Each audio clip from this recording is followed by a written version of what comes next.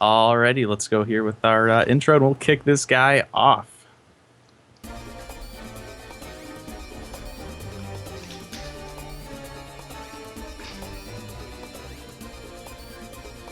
This is Fern Halls, and you're listening to Aetheryte Radio.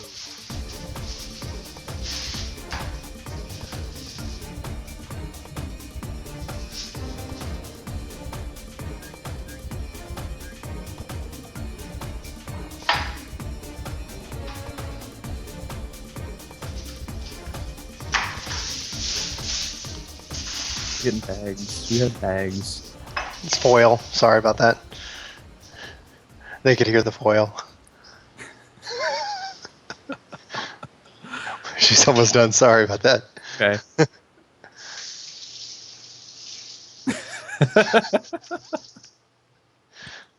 You're okay. It was the perfect time. It was just really the perfect time. All right, are you good?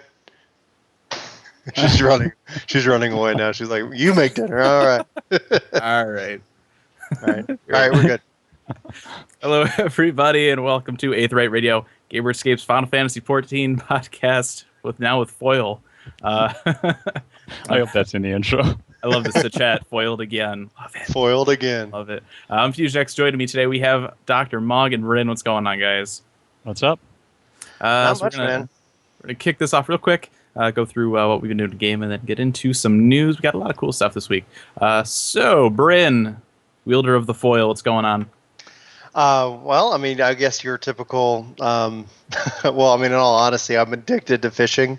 It's almost kind of pretty sad. I look forward to. I log out in any place near water so that when I can get 5 minutes or whatever just to toss that in, and just trying to squirrel away as much gill as possible to not get banned and to also buy a house here at 2.1. Nice.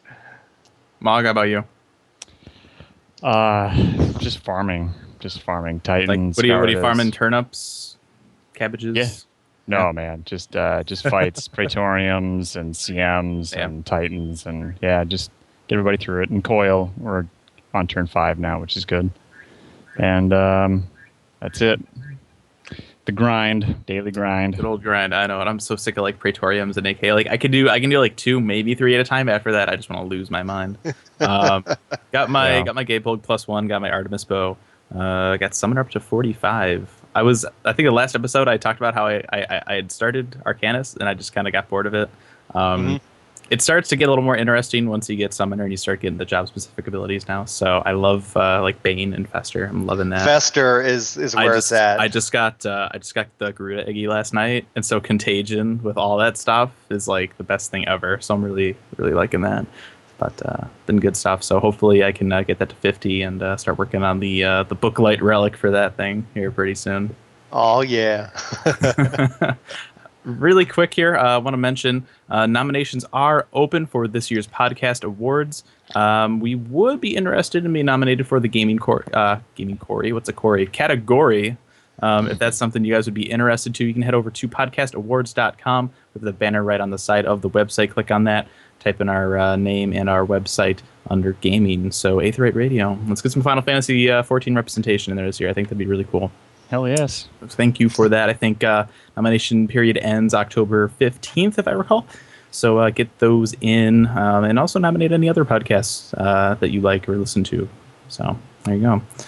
Extra Life is coming up. That is November 2nd.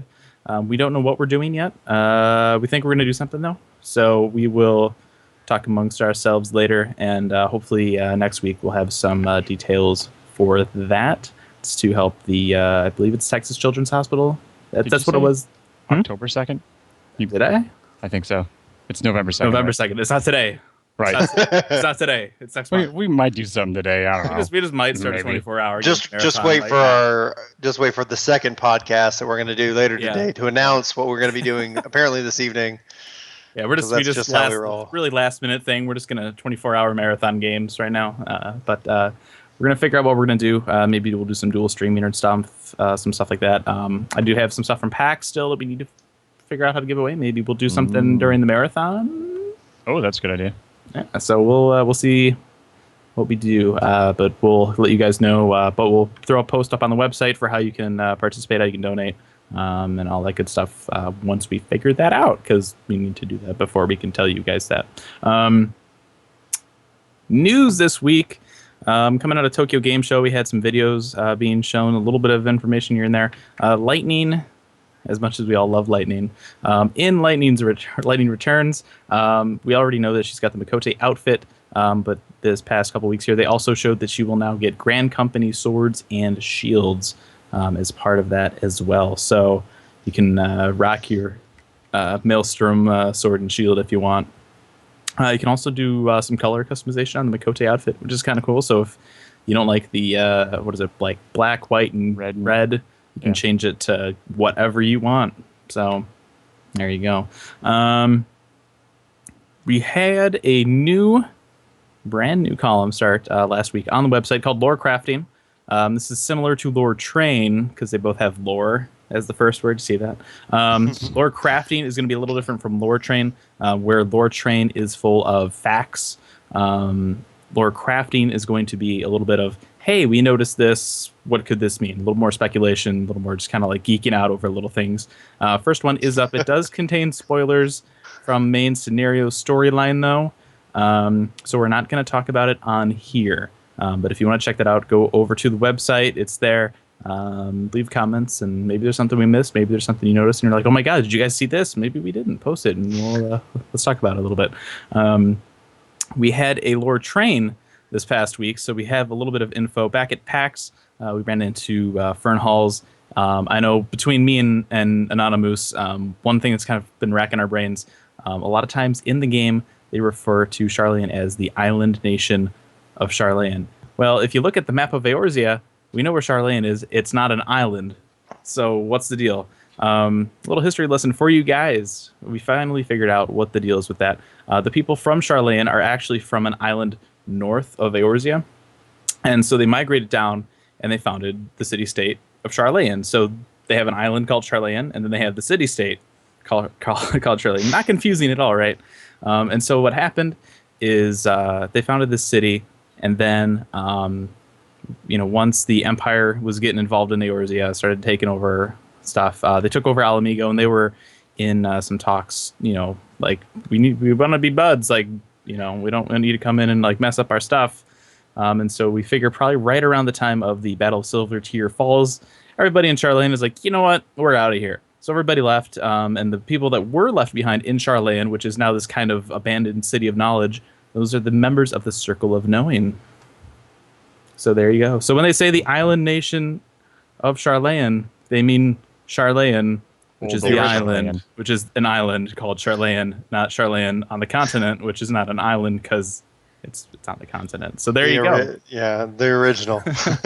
Now you know. Wife spotted. It was one of those things where, we were always going through text and we're like, is this like a typo? Or, and one theory too we had was that Ironheart didn't, when he made, the cartographer, when he made the map, maybe he just never got over that far. He's like, it looks like this. Okay. But no, it's not the case. So his grandson is actually in the game. I don't know if anybody noticed that. The grandson of the cartographer, he is the one right outside the Waking Sands that gives you the relic quest, all the little dungeon quests and stuff. Oh yeah? Yeah.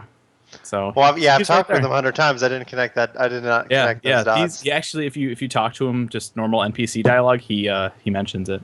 So that's cool. So the whole Sharlayn thing is like Portland, Maine, and Portland, Oregon. That's exactly. That's actually, believe it or not. Or we have a Paris. We have a Paris, Texas here. So the Portland is actually the example that Fern Hall gave us because he's from Oregon. So he's like, hey, it's just like that. I'm like, okay, so Sharlayn is in Oregon. All right. It's not. I don't want to confuse anybody else. That'd be weird. Moving on from that, we do have some lore crafting stuff planned for the future. I really want to do one on Odin. I have one started. We're going to polish that up a little bit. We had another one we wanted to do, and I forget what it was, so I can't tell you. But we are working on those, so we want to try and get them out as frequently as possible. So look forward to those. A lot of cool stuff in there. Binding Coil has been won. Kind of. Maybe. There was a group of players went in, and they triggered a I don't know if you'd call it It's triggering an exploit. or an exploit, but basically, and this has happened with other monsters as well. And Square Enix actually made a post commented talking on about that. this. Yeah. Mhm. A couple weeks ago, they made a post saying that the monsters Chimera and Hydra were bugged in a sense that you could make it so that they would not move. This happened with Demon Wall too.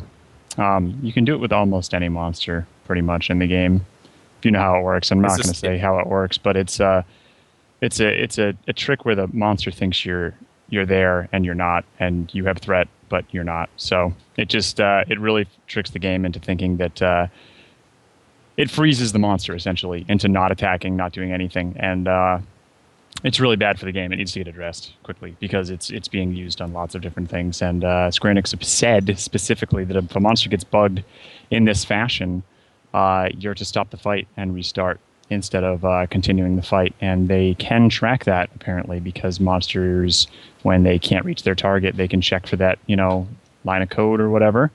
And so, yep, on the topic of binding coil, people are using that and have, they'll probably get in trouble for that. So, have they hotfixed this now? I haven't heard anything. No, it still exists. Really?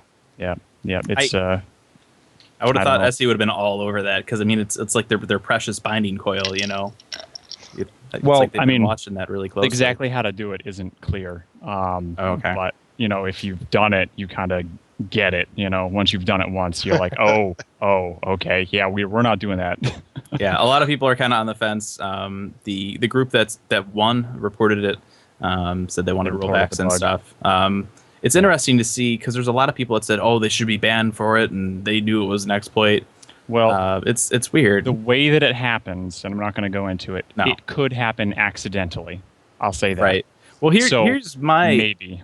my They my did. line of thought, and I mean it's kind of one of those things where it's like you almost like if what would you do if you were in that position, right? Like nobody knows. Like there's a million different answers to that, but Yeah. they went in and I think around 80% of the mob's HP, which is actually the mob is what Twintania, right? Which is from Yeah.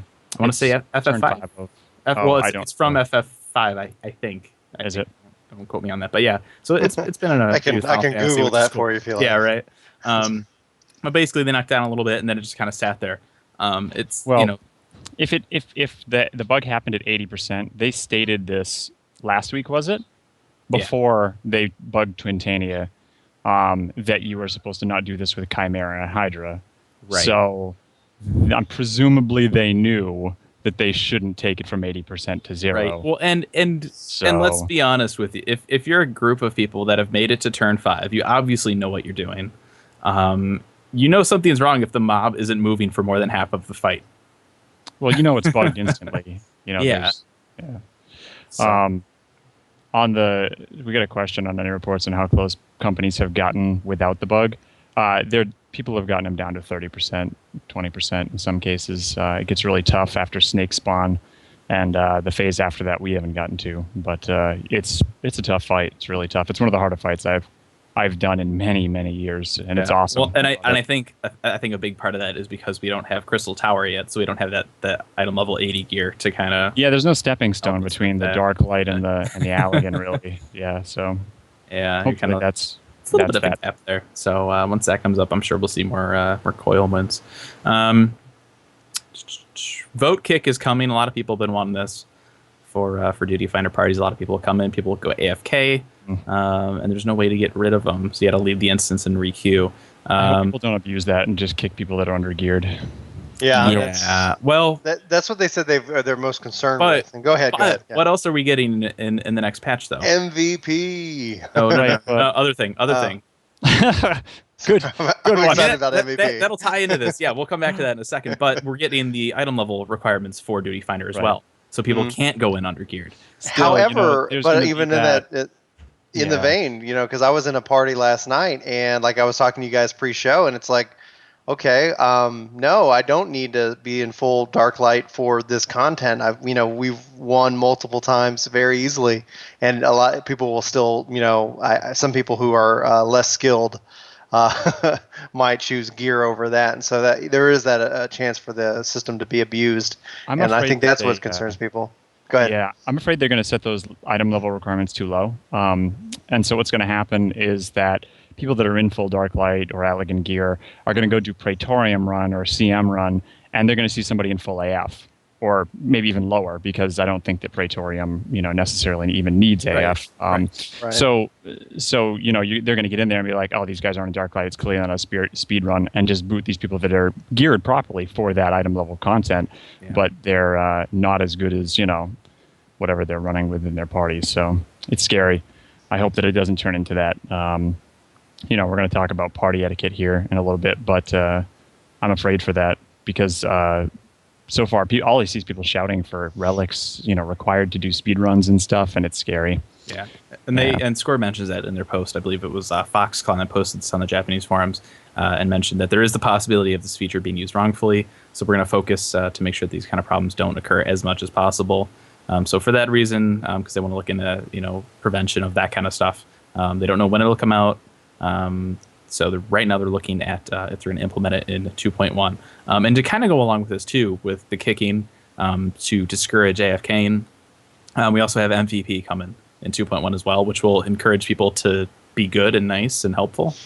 So I'm almost wondering if the vote kick will be just like a hot fix after 2.1, after they see how MVP stuff is working.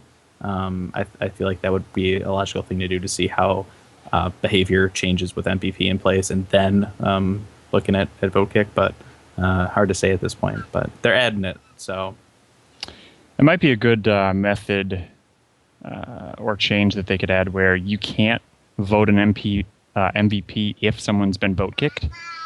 So, like for instance, if your party, you got 6 people that want to go do something, and you pug 2 of them, and you kick one of them for gear, nobody gets MVP. I think maybe that would be a. I don't know. I haven't really thought about it. I'm wondering if maybe they can add some kind of something in there to detect if somebody goes AFK. So, like, if somebody doesn't move for like 10 minutes. Well, they've got AFK timers on the server. I don't see why they couldn't. Just do that exact same thing. And so maybe have something similar to like what you have, but if it's an AFK thing, maybe there's a million different little things that and you gotta test, because you don't want to sit here and end up punishing the good players. But anyway, no, it should be interesting to see what they end up doing. I'm like I said, I'm excited for the MVP system, and I think somebody said they were concerned though that at the end of the thing people will be saying MVP please, and I have to assume right now that of course we wouldn't be able to vote for ourselves. So I wonder if they're going to even require people to vote at all. Like, otherwise people might just be like, all right, I'm not going to win. I'm not going to vote. And then I'm out. It'd be interesting. Yeah. Everyone just rushes out and they don't bother to vote. That'd be kind of lame. Yeah. But I don't know. I'm looking forward to it. I think it'll be cool. It'll encourage people, especially with the random matching coming in 2.1 as well. I think it'll encourage people to jump into Duty Finder a little more, just to do whatever. And I mean, if there's MVP and if there's the tokens or whatever you're going to get from the random matching as well, depending on what you can get from that, be it chocobo barding or more cosmetic stuff, which would be funny since we don't have vanity slots yet. Chocobos do. Chocobos do, yeah. Some chocobo barding would be cool. So we'll see what happens. I think it'll be really cool. And it's nice to go back and just do older dungeons. There's still stuff I haven't actually done yet. I did Temple of Karn like for the first time on my summoner, which is like the first time you're through it. That is a very unforgiving dungeon. It was rough. I still have to do. I haven't done Cutter's Cry or Zamail yet with 2.0.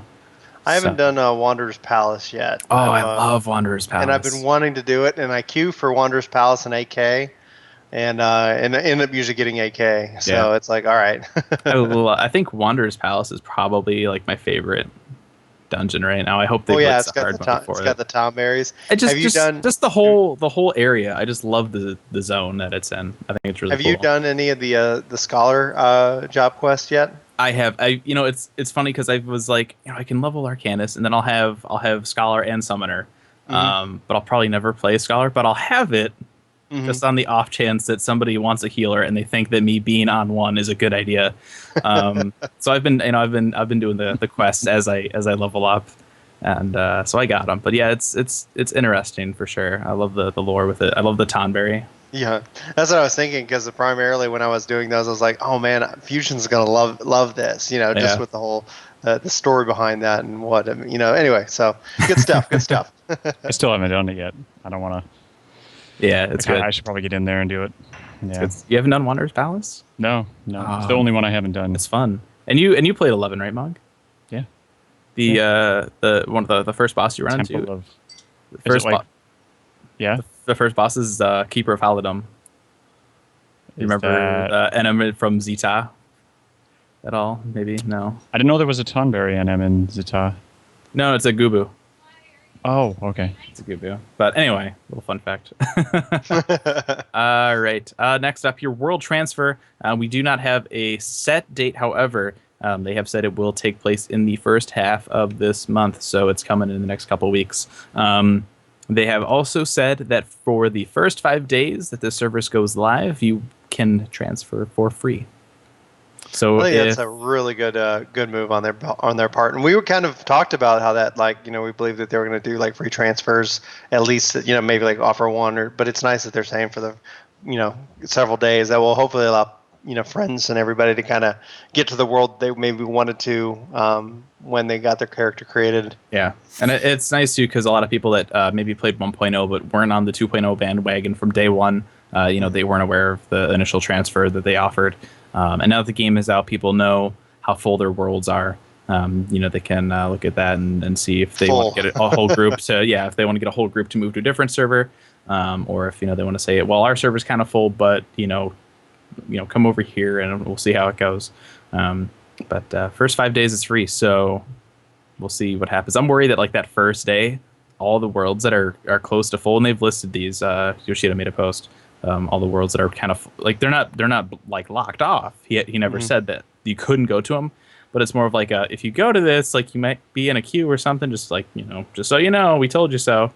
So we'll see how that happens. I'm worried that as soon as those things open, like all these servers are gonna be locked, and then nobody else can move over to them. And so I don't know. We'll see what happens with them. So I know I got a lot of people that want to move over to Hyperion. So we'll see what happens. Hopefully they can. Man. Hopefully they can come. Sargatanas, baby, it's where it's at. It's not. I'm sorry. It's just not. All right.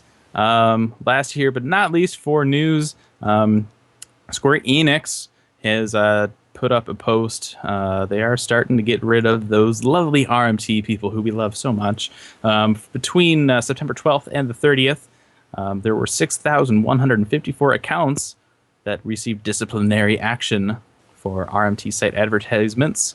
156 received disciplinary action for illicit activity. September 28th, that was 568 for advertisements and activities. Total frozen gill, approximately 367,700 million gill. So 300 something. Didn't you say that trillion. backwards? No, it's hard. It's that's a lot. That's million gill. That's a lot of gill. There's been a lot of issues. People saying that they're getting wrongfully banned. Supposedly there was an exploit with event items or something, and I think, and this happened in 11 too. I think what the problem is, especially now that we know how wonderful SE support is because they have so many people working on it. I think the problem is they don't have enough people, and so they are trying to automate this as much as they can, and people are just getting caught in it. Yeah, people are just getting caught up in it. And the same thing happened in Final Fantasy 11. I remember when they started rolling out their, they called it the RMT Poner. When they started this, a lot of people that just did gardening in their mog houses in 11 got banned, and it was just they had like a set filter or whatever, and people just got caught in it. So it sucks. That's why I think in those numbers you listed that there's so many that were banned and there's a whole bunch that received disciplinary action. It's probably those ones that actually contacted support and were like, hey, no, wasn't me. And they were like, oh, okay. That's why that number is real small. Yeah, it's hard to say, but it's one of those things, and it's the same, as just kind of, I guess you could really relate it to RMT shouts and tells. It sucks that they're happening right now. There's a lot of them, but it'll get better over time. Yoshida talked about how with the spam and shout and tells, they add these phrases to a filter, and so then it gets caught in that and it doesn't even make it. So as the game comes, as the RMT are doing these things, they filter them and less show up. And I think as we go along here too, the same thing will happen with bans. There'll be less innocents, I guess you could say, that would get caught in it, is the hope. Mm-hmm.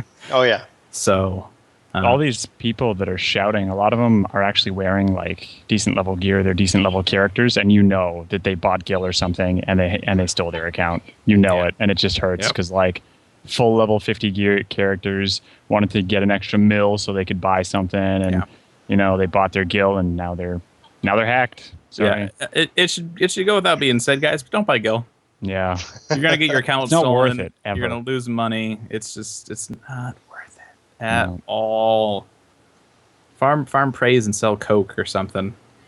On the markets. Play coke. They sell coke on the street corners of Old or something to all the lonely Lalafels that pass by. That'll take us into. We have 2 topic discussions today.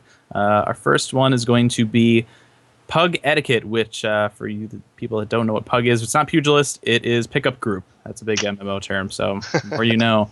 Oh man, I thought we were talking about pugilists. Man, that was pugilist etiquette. I wanted to talk about Pug.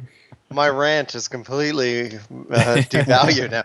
Yeah, right. Pugilists. Don't show up on pugilist and spam DOTs from another class.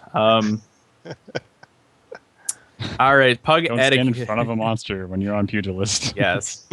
So we have one email. I'll read this one to start us off here. This one comes from Chiyu Chiu from Balmug. What a good name. I know, right? Probably a Lalafell. Chiyu Chiu? Chiyu Chiu. Nice. I'm guessing that sounds like a Lalafell. I'm going to go with a Lalafell. I hope so. Just guess. I mean, it could be a Rogadan. Who knows? We could always look it up on Lodestone. You could if you want to be that creepy stalker guy. I am. I'm going to look him up. All right. Just kidding. She goes on and she says, I think pickup groups should be like preschool. Everybody plays nice together with no tantrums or name calling. They share their goodies, be they graham crackers or subligar, because you get what you get and you don't throw a fit. And then everybody waves goodbye with a smile as they head home after a fun day out. Many of us are still learning and gearing up, awkward and nervous, but when everyone goes into it with an attitude of friendship and teamwork, I see so much more of that here than in other MMOs. And so if that happens, everybody else has a good time. Now, if we could only throw the bullies out via vote kick. No, she's absolutely right. Like, I would say that, like, most of the experiences I have with pickup groups are definitely a great experience.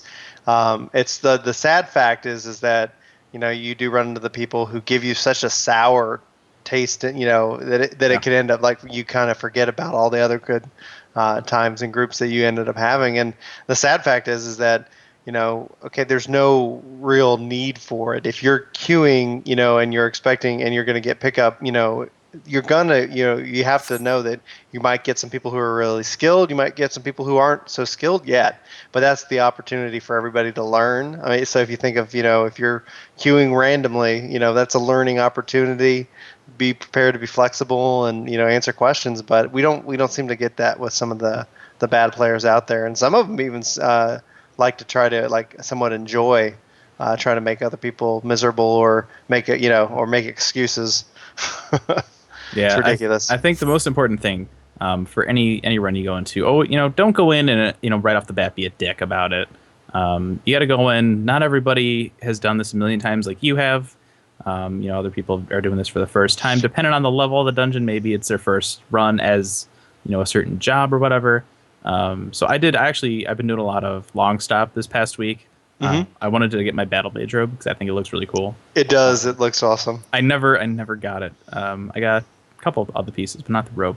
And now I'm out leveled for it, so whatever. But I had this one run where we went in and it was all right. A little rough. We got to the boss and we wiped probably 4 or 5 times, and each time we got better and better, and then eventually we beat it with 2 minutes left on the clock, and that was really cool. No one was being rude or anything the whole time. We're like, all right, let's go in. We got this. We can do it.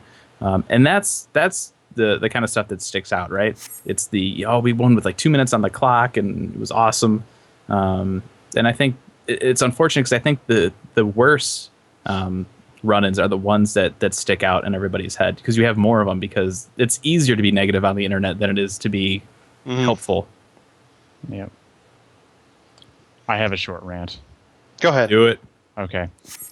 People that shout or get into duty finders with extremely high expectations make me want to push them. Like, just push them. You just want to tighten them off the edge. Just want to, yeah, right off Titan's cliff. Not, because if you have high expectations and standards like that, and you're going to be rude to people around you and try and get people that you don't know in line and do better and that kind of thing, you should be in a free company and trying to run this stuff with them, and then you can converse with them in your voice chat or talk about just make fun of them or whatever. Maybe they won't care. But people that get into random groups or a pickup group, why would you be rude to these people that are just thrown into it with you? I mean, the way I see it, if I want to do something serious and work at it hard and get it done, I go with the free company. And if I want a laid back situation where I don't care so much about how long it takes or whether we've wiped 2 or 3 times, I go hop into the duty finder and run it with pickup groups. And the animosity towards just random people on the internet, when you have placed yourself into the duty finder with random people, it's your fault. It's not theirs. Yeah. Right. They're just in there, doing the their problem thing. lies with the individual who's actually being the dick. I mean, it's that. Yeah, that's what I'm talking about. They are like, That's okay, what I'm so referring to. and with the exception, or the rare exception that they're playing a role and they're like RPing, being a complete, jerk. With that exception, that would equate to some kind of problem actually in real life, and tapping into even it further where you're talking about with a free company. It's like, if you can't find people who actually like being around you in a fake world, you shouldn't, it's like you're just building up animosity towards others because, maybe you can't find 7 people because maybe you have a problem. Right. I mean, there's those people should apply to a free company that is more serious than maybe their current free company because they're pugging things. Why do they have such high expectations of random people? It's not like you could go, out into the mall and pick up 10 people and expect them to fly a squadron of fighter jets. Like, what? It's the same idea. I'm not saying that the game's that difficult, but you know what I mean. Just taking a random sample of people, you think that you're going to get this quality they're just ranting about, in these parties and getting going on about people, and it's like, no, you're doing this wrong. Get into a free company or make your own. There's 3 ways to look at it. I mean, first you have Duty Finder, right? Anybody can do Duty Finder. It's like, if you don't have a lot of friends, maybe you're new to the game or you just want to do content, whatever. Don't have a lot of time. Yeah, just jump in. Second is shout groups. A lot of people have been doing this for speedruns for AK. Titan stuff that's a little more harder. They don't want to end up, waiting in Duty Finder, getting in, then people are under geared since we don't have the item level check right now. So they do that. They can check gear before they go in. Third, full free company. I mean, that's that's going to be the easiest way to get into free company, and then you have people that can do it whenever. And then if there aren't people available in the free company, that's when you go back to. I just flicked off the camera. Yeah, that's when you go back to number 2.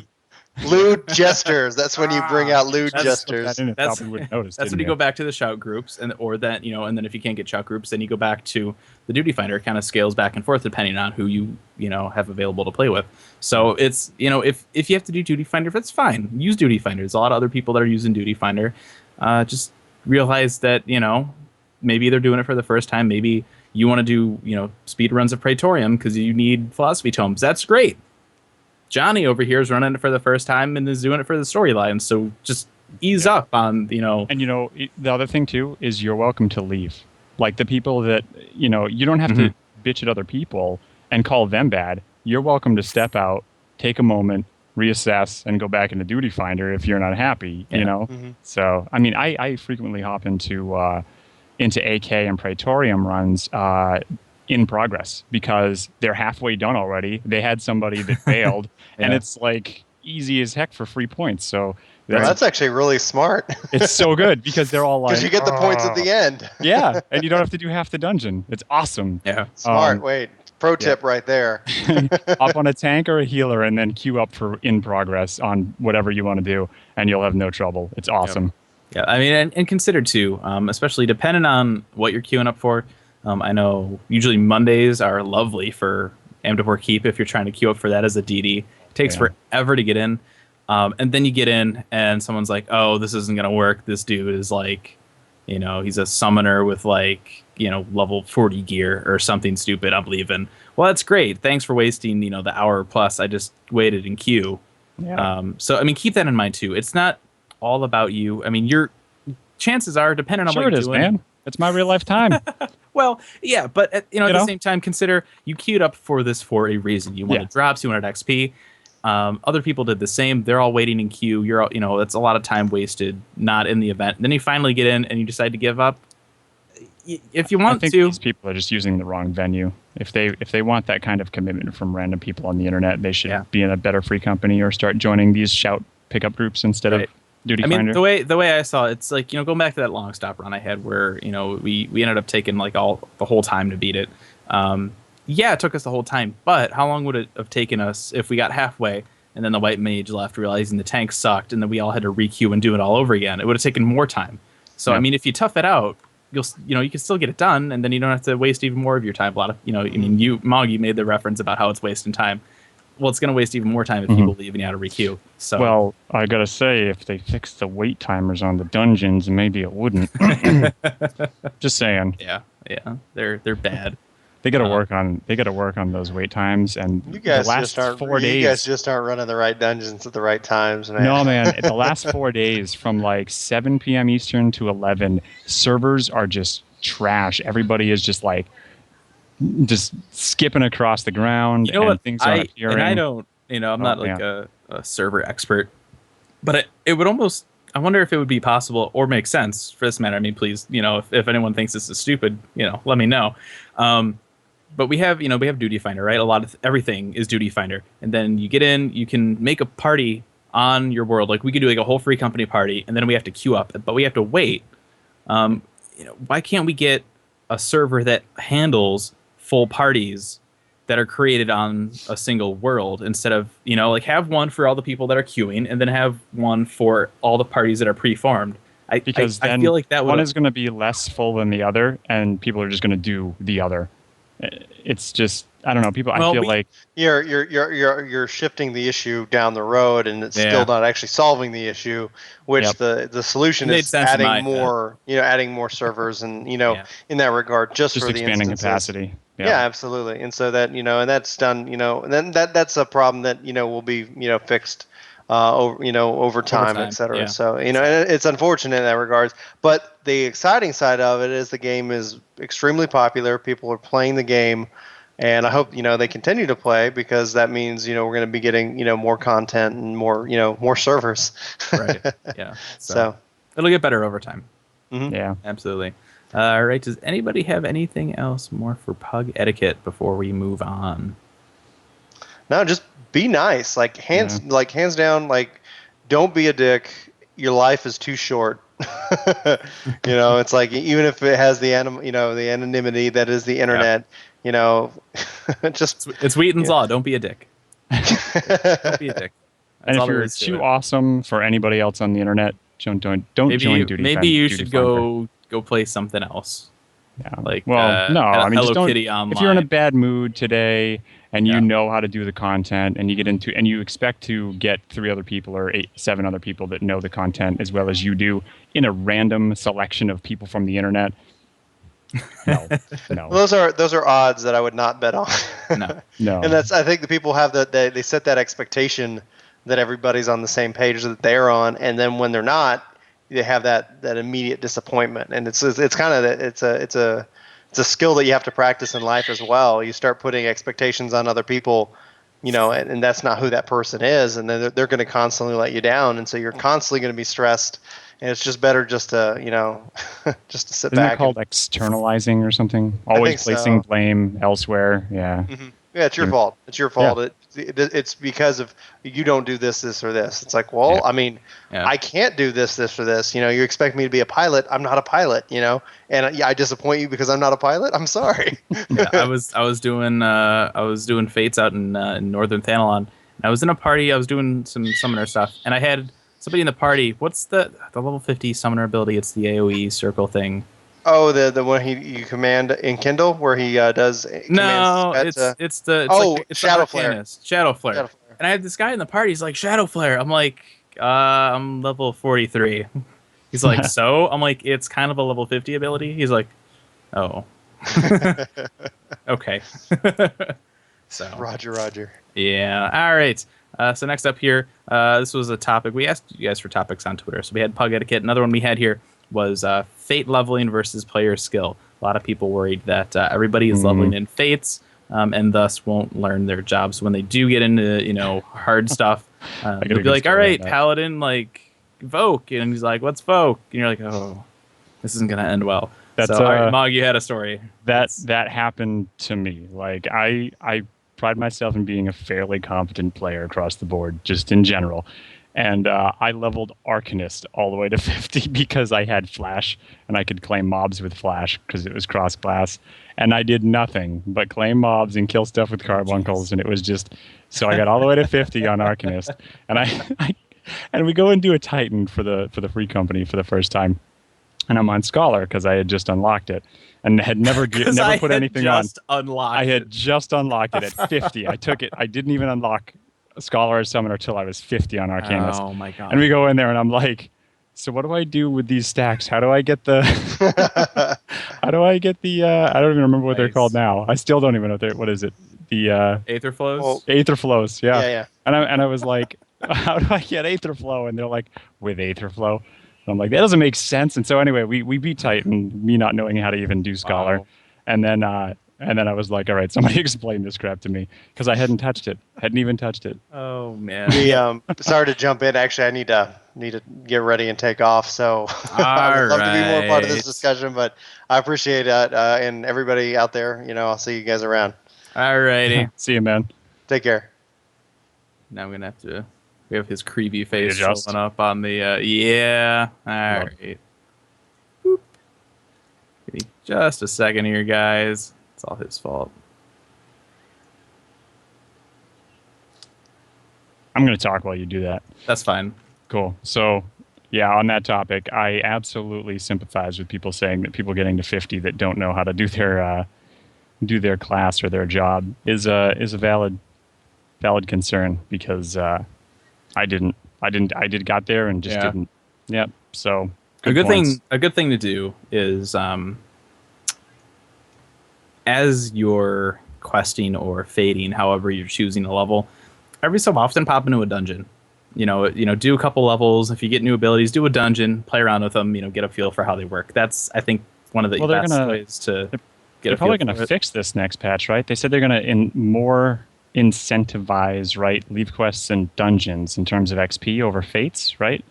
They said they were. Did they? I think, as I recall, there was a dev post about people were doing too many Fates to level, and they weren't doing enough dungeoning, so they wanted to increase the XP from dungeons. So that might help that next patch in people getting to 50 and knowing how to play. I hope so, anyway. Dungeons. I'm not saying they should be the best XP, but they should be equal to Fates, and right now they're just not. They're not even close.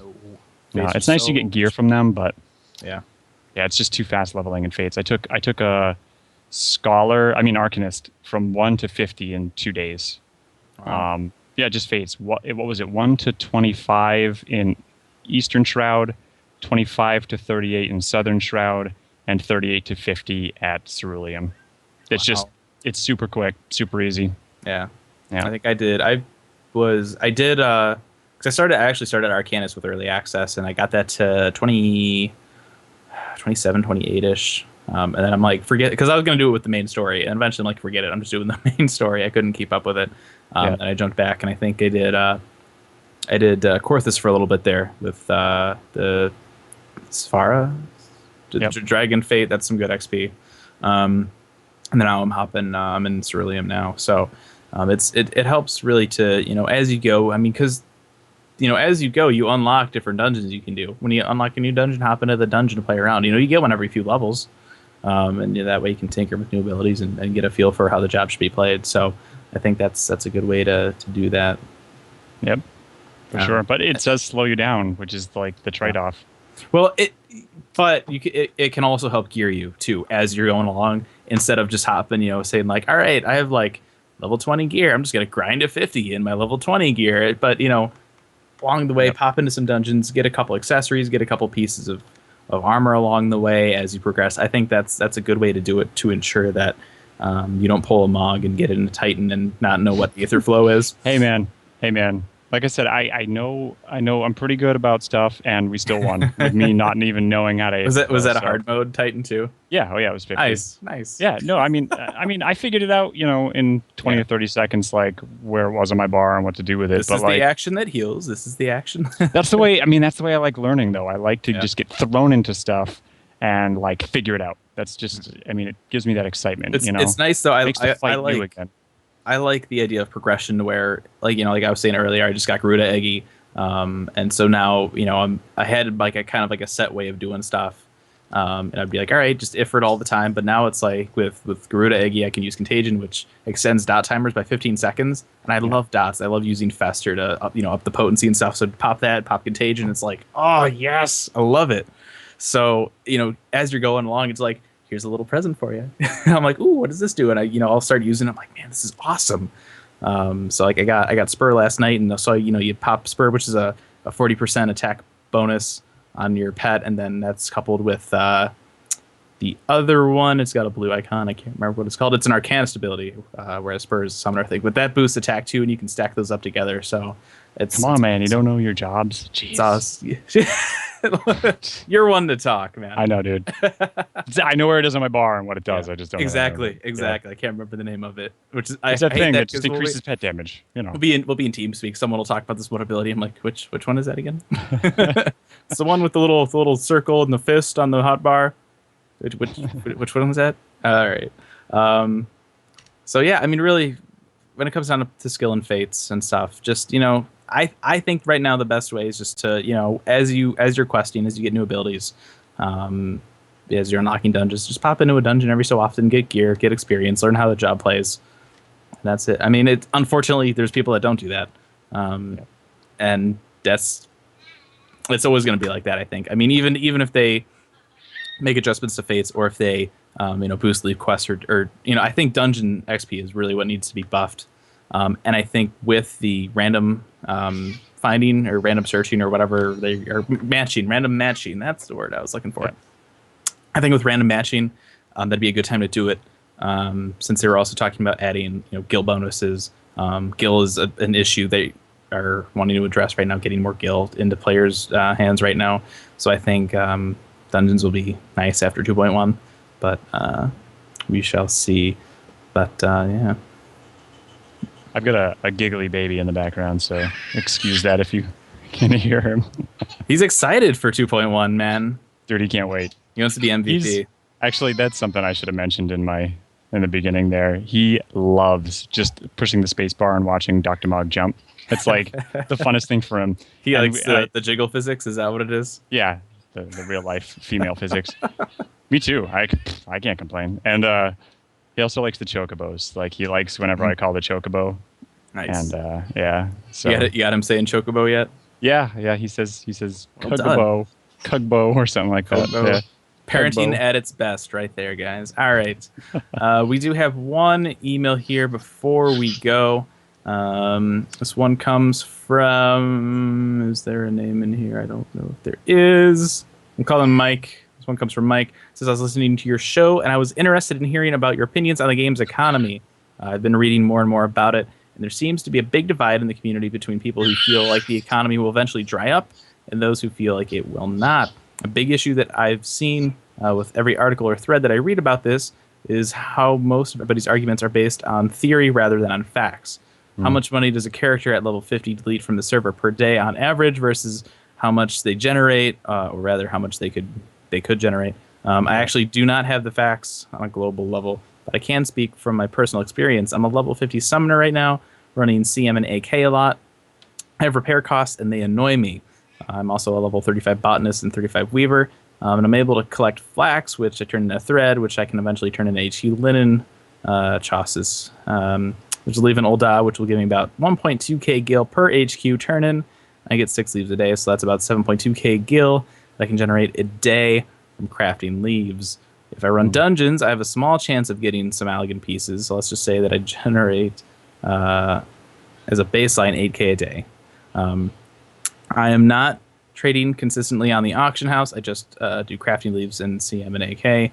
Am I really repairing more than 8K a day and every day? I think the max that I can remember is probably 3 to 4K on a Saturday when I ran CM like 15 or 20 times. I would be dead if I ran CM 15 or 20 times. Oh, man. Additionally, the neat thing about leaves is that if I don't do them in a 24-hour period, I can do them as long as I don't reach the 100 leave allowances. However, if I spend an evening not playing 14, I don't spend money on repairs. My point is, perhaps the best way to fix this setup may not lead to a negatively growing economy if you use it a certain way. I can't say that this is what the devs intended or whatever this is good game design, but maybe if everybody did 8K worth of crafting lead generation a day, the market might break even or sometimes go positive. Additionally, if people continue to not use their crafting leaves, the economy will deflate, but that's good news for me because it increases the relative value of the money I'm making with leaves. I wish I had more This global guy's thought it all statistics out. on how much the average player deletes a day. What do you guys think? Wow. I think you're crazy for doing 15 to 20 CM runs in a day, but that's a little No, off man, topic that's- from the point. That's normal if you get a day off. I think regarding Speed runs. economy, I think my biggest issue right now is people don't realize that all items have a NPC sell value attached to them. So, for example, and I've run into this a lot. I'm making numbers up. Cobalt gloves or something. We'll say NPC for 34 gil or something. People are selling them for less than 34 gil. I have frequently bought items for cheaper than they vendor for. I don't on the auction, and then vendored them 3 steps later. I don't understand it. Things that sell for 2 gil to an NPC, people are putting on the market for 1 gil minus tax. They have to pay tax too. That's the funny thing for me is people that put stuff on the auction for the exact price they could vendor it for, but then they've got to pay tax, so they lose money putting it on auction, and they have to wait for the gil. For stuff that low, I don't think tax affects it though. Does it? If it's like 1 or 2 gil, I mean, you can't really. Maybe not, but just in general, you know, low priced stuff. Yeah, I mean, it's just so silly. When you go to set something up on the market, the default sell value is the NPC price. It should always be at least 1 higher, because you need incentive to use the market, right? Yeah, it's just. My thoughts are there's really no issue on the legacy servers because of inherently how much money people had before servers. Well, I've been noticing that a lot on our server. I mean, people doing this. Mm-hmm. So. Well, no, I'm just saying that there's money on these servers because they're old. So, for instance, money just exists. Nobody started fresh. I think a lot of these issues are coming from the new servers. Could be. And the fact that they have repair costs as they're leveling, and they need to buy new stuff, and they're looking towards NPC vendors in some cases. And anyway, there's just a lot more money going out than is coming in. And so, and on legacy servers, it's not an issue, but on new servers, every single gil you've got is precious at this point because there's not enough to vendor, or the prices are too low on new servers for people for that to be incentivized rather. So I don't know. My thoughts are that people need to look at the vendor prices a little closer, and maybe do some vendoring. Even on the legacy server, I still vendor fish, a lot of fish because they're so cheap on our server. And stuff like that too. You can always go out and just do some botany for a while, find something that vendors high, and do some botany for that item, and then vendor it instead of selling it on the auction.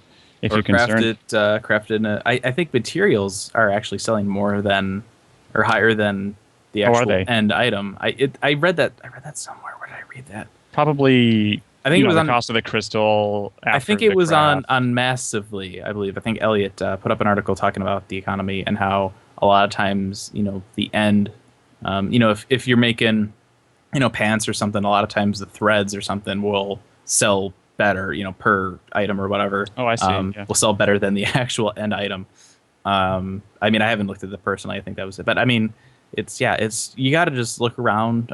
If you have any gathering classes, any crafting classes, just kind of look around, see what you can make versus what's selling, and just play around with it. See, one of the common misunderstandings is that buying and selling on the auction house generates money in the economy, and it doesn't. It's just transferring money through players' hands. It doesn't generate money on the server, and so it's not actually producing money for anybody.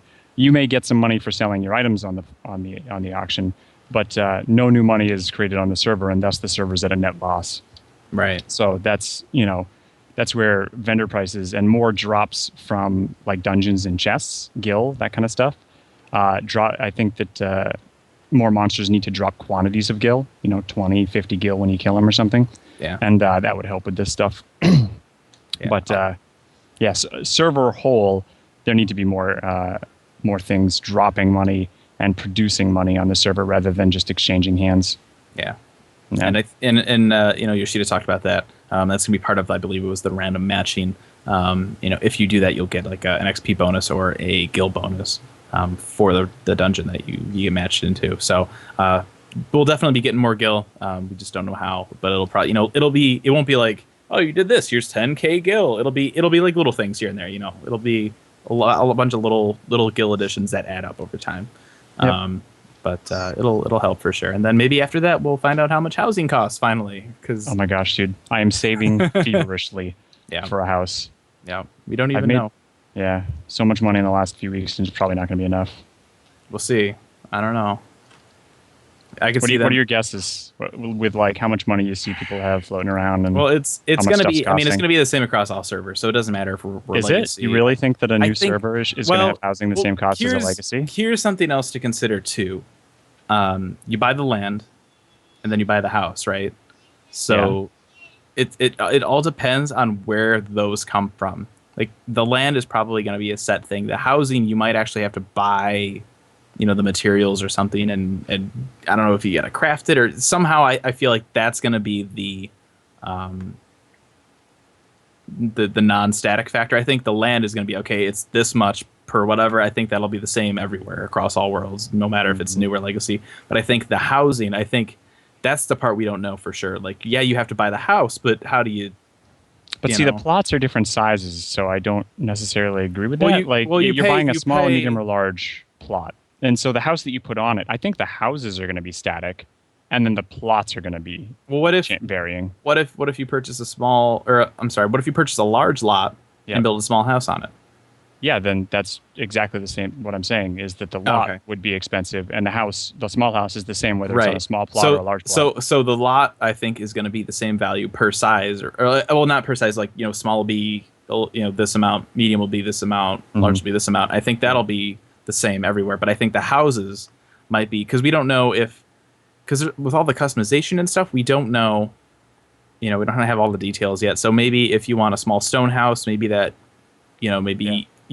it sounds weird. Maybe you have to get a carpenter to build a house, and you get it as an item, and you put it on the plot. We don't know, but so that's it'll anyway. Back to my question, man. How much do you think this stuff's going to go for? Man, I'm gonna guess a small house is going to be at least 500k. Okay, and then medium maybe. Is that including land? Is that the? Oh man. I'm going to say yes. Yeah. And then I think medium, maybe around $1 million, and then a large looking at $2 million. Really? That cheap? Yes, I think so. Because, and consider this too, right? They, obviously, the biggest reason right now for housing, I think, especially on legacy servers, they need a gil sink. They need to get a lot of this gil out of the economy, right? Yeah, so you don't think they'd be much more expensive? No, because at the same time, they also want people to be able to get them. It's, I use this a lot when people were talking about how, Praetorium is really easy. Well, yeah, but it's also accessible to, people that aren't the hardcore endgame people. So they want people to still be able to enjoy the content while not making it too hard to get. I mean, look at relic weapons, right? I mean, that's a good example. You can knock out a relic from right from the beginning in one day, now, whereas 1.0 would take you a lot longer. Yeah. So, I mean, it'll make you work a little bit, but I don't think it's gonna be too bad, because they want people to have houses. It's content. They want people to be able to get in and enjoy it regardless of their play style and time. Carl, who was in our free company, he saved up all of his Allegan pieces from 1 to 50 as he was going through the storyline. And he made somewhere between 200 and 300K. I don't remember how much.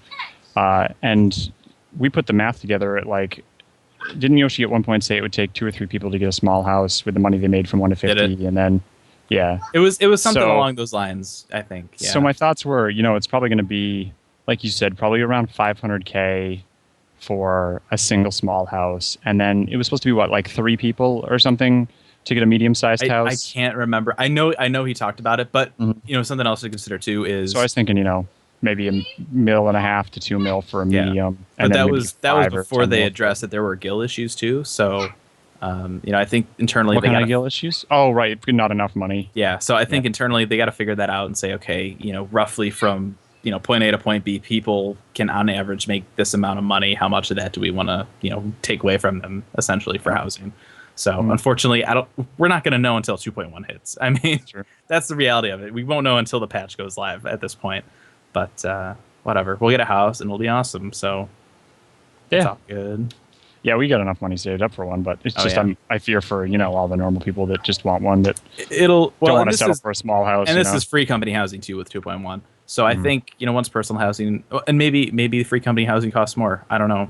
I mean, they've just kind of broadly talked about like, here's housing, you can put furniture in it, and you can have it for you or your company. It's like, okay, well, can you tell us any more? No. You can have a Marlboro chandelier. That's about it right now. Can you tell us more about housing? You can have a bookshelf. Yeah, you can have a bookshelf. Yeah. You can have a rug. It looks like a Goobu. Isn't that awesome? Yes. How much does it cost? Can't tell you that about either. the cost. Yeah. So how much? I think they should probably. I wish that they would give prices beforehand so that people could save their money.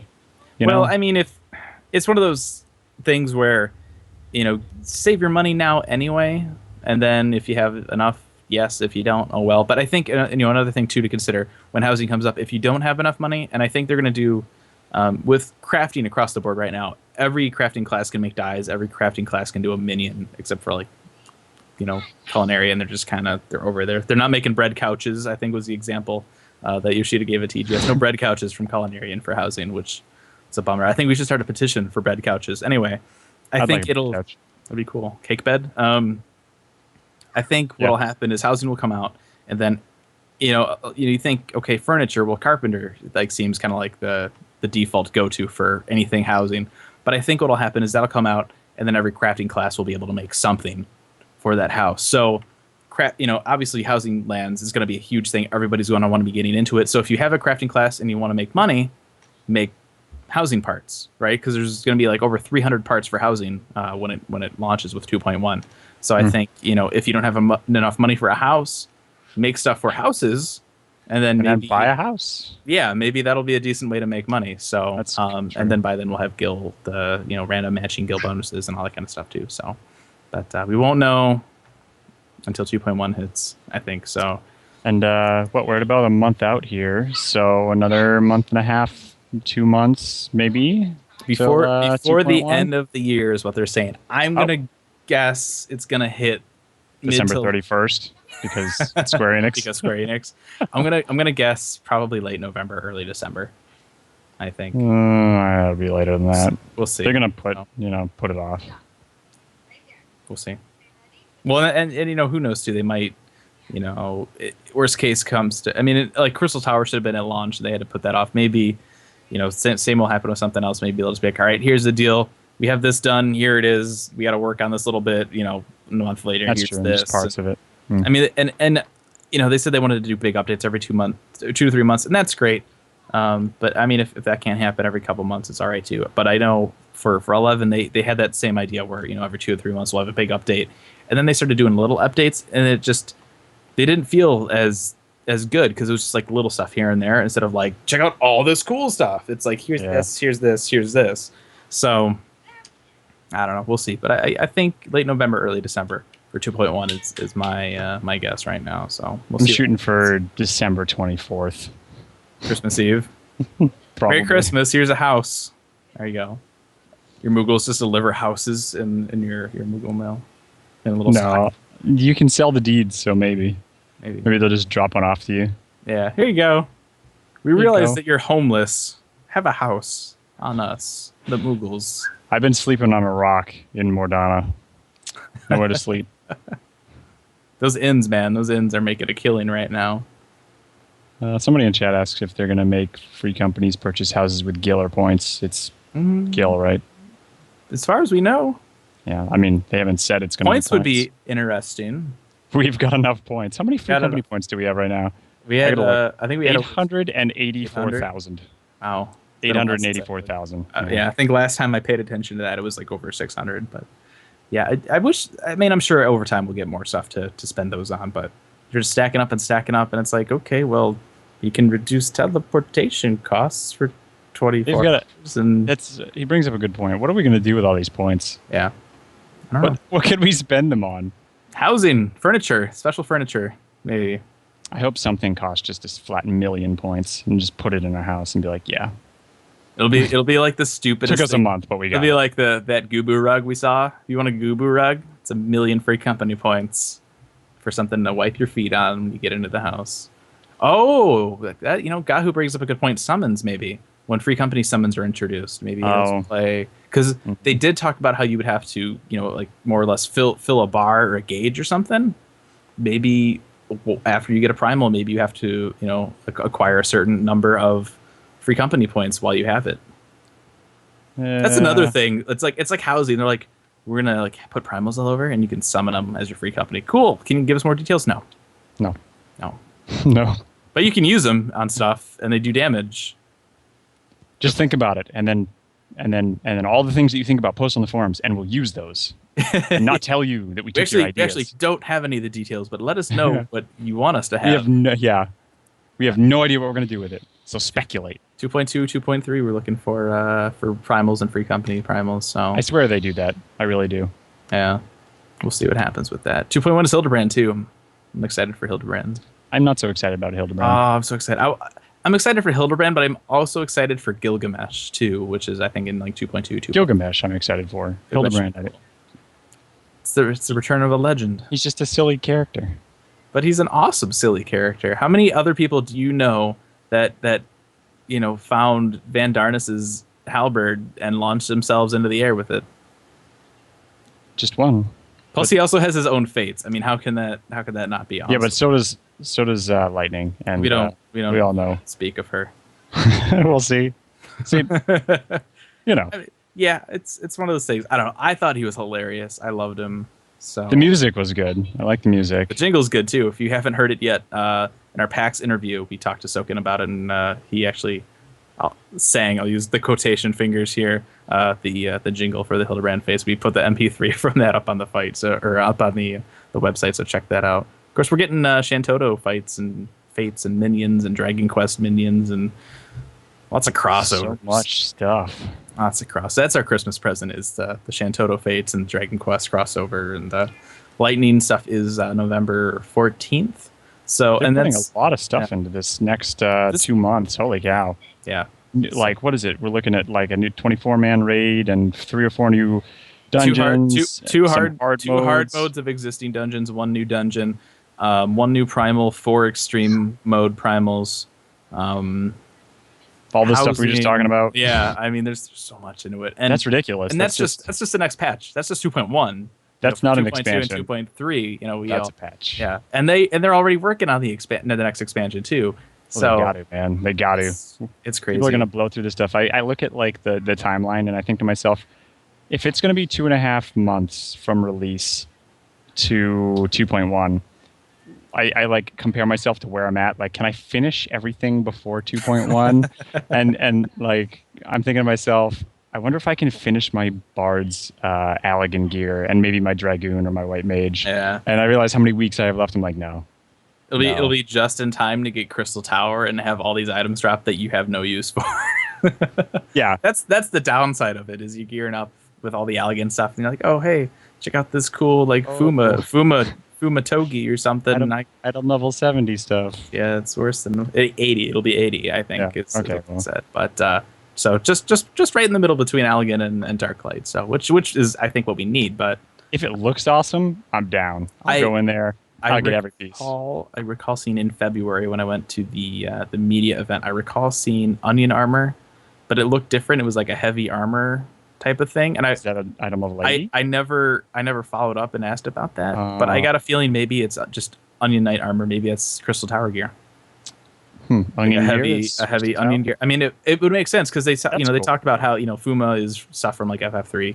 Onion gear, Onionite was from FF3. So I mean, it makes sense. So, but That's cool. we'll see. Yeah, lots of cool stuff coming up. So I think we'll end it there. Nominate us for the Podcast Awards, podcastawards.com. Nominations end on October 15th. So if you like us, and we hope you do, that's why we do this, because we assume I that like people you. like us. Aw. That wasn't cheesy at all. You don't like me back? I do like you. I like your beard. Damn. You're getting the beard back. I'm starting. I felt bad because I shaved today, and I'm like sitting here, and you and Brian are both rocking the facial hair. It felt a little out of place. I'll quit interrupting you. Yeah. So go ahead and nominate us for the gaming category. Also, make sure if you listen to other podcasts not in the gaming category, since you can only nominate one per category, nominate those two. You can only fill out the nomination form once. So thank you if you do that. We do appreciate it. We love your support. You guys are the reason we do this. We have Extra Life coming up. We don't know what we're doing yet. We want to do something. So check the website for that. We'll let you guys know next week. It is November 2nd. So keep an eye out for that. If you want to be a Gamer Escape supporter, you can subscribe or give a one-time donation of $20 or more. We'll give you a cool little supporter tag on the forums and on the wiki. It'll help us out get access to some special supporter-only contests. We do have a bunch of stuff from PAX we got to give away at some point. Don't know how we'll do that, so maybe we'll do some supporter-only stuff for that, increase everybody's chances for getting that if you're a supporter. Gamerescape.com. If you need to email us, aetheryteradio@gamerescape.com. Twitter, @aetheryteradio. Drop us questions, comments, feedback. Give us iTunes reviews. We could use some iTunes reviews. There's a lot of 14 podcasts popping up these days. Let people know what you think of ours. And that'll be it. Thank you to Bryn, who's not here anymore, and Dr. Mog for joining me. And we'll see you guys here next week. Peace.